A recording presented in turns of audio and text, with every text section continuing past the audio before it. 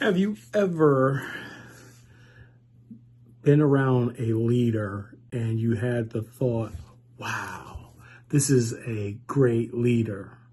Or in contrast, you've been around a leader and you thought, wow, they really suck as a leader. So over the next couple of videos, I'm going to dive more into the leadership area of things and talk about how to become a good leader. So whether you've been a leader for many, many years or whether you're new to leadership, I'm gonna give you some basic principles that will help you in your leadership journey. So I tell everybody that comes to my courses or when I'm talking to them, the first thing with leaders, no way you can lead someone else until you can lead yourself. So the very first thing that we're going to take a look at is self-leadership. And by the way, if you haven't already realized or don't know, I'm Aaron Allen, and this is day 3 of 100 Days of Bad video. So when we talk about self-leadership, or when I refer to self-leadership, I found a great book on it, which is the 1 Minute Manager. That is self-leadership, and the principles that they outlines is part of the 1 Minute Manager series by, Ken Belloc, I believe, or Blanchard. It's Ken Blanchard and Spencer Johnson is the names.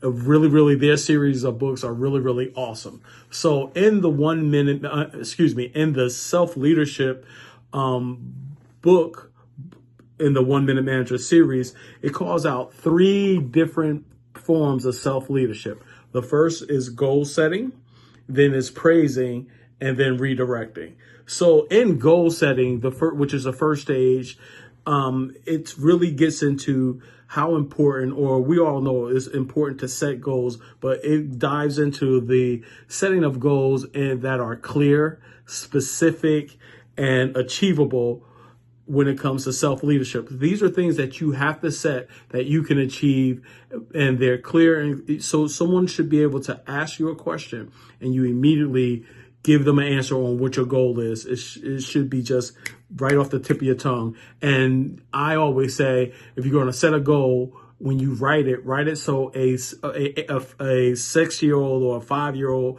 or 8-year-old can understand. If you can write it to that level, so it's that clear that an 8-year-old can understand it, anyone shouldn't have a problem understanding the goal. Next, we're going to look at praising. So we all know that great leaders give praises to their teams, and you should always praise in public and, correct in private. So when it comes to self-leadership, don't forget to give yourself credit and praise yourself for even some of the little things that you may do, things that you may not find important. Enjoy the moment, celebrate those little things, because that's what's going to help you move forward. That is what's going to keep you going. The same praise that you will get if someone else was to give it to you, that reinforces the good behavior, and you're going to want to do it again. Give yourself those type of praises to keep yourself motivated. Then we go into redirecting.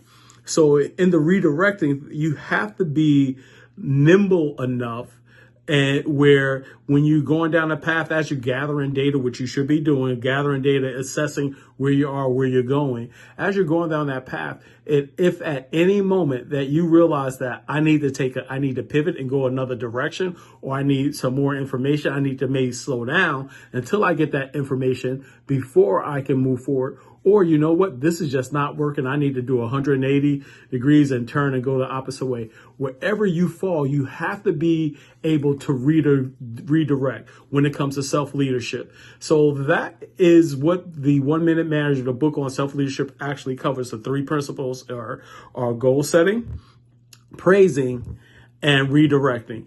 If you start out with just those 3 things when it comes to your journey and self-journey, and remember, you can't lead someone else until you're able to lead yourself. If you start with those 3 things and really focus on those 3 things and becoming the type of leader that can lead yourself, then at that moment, you can start leading others.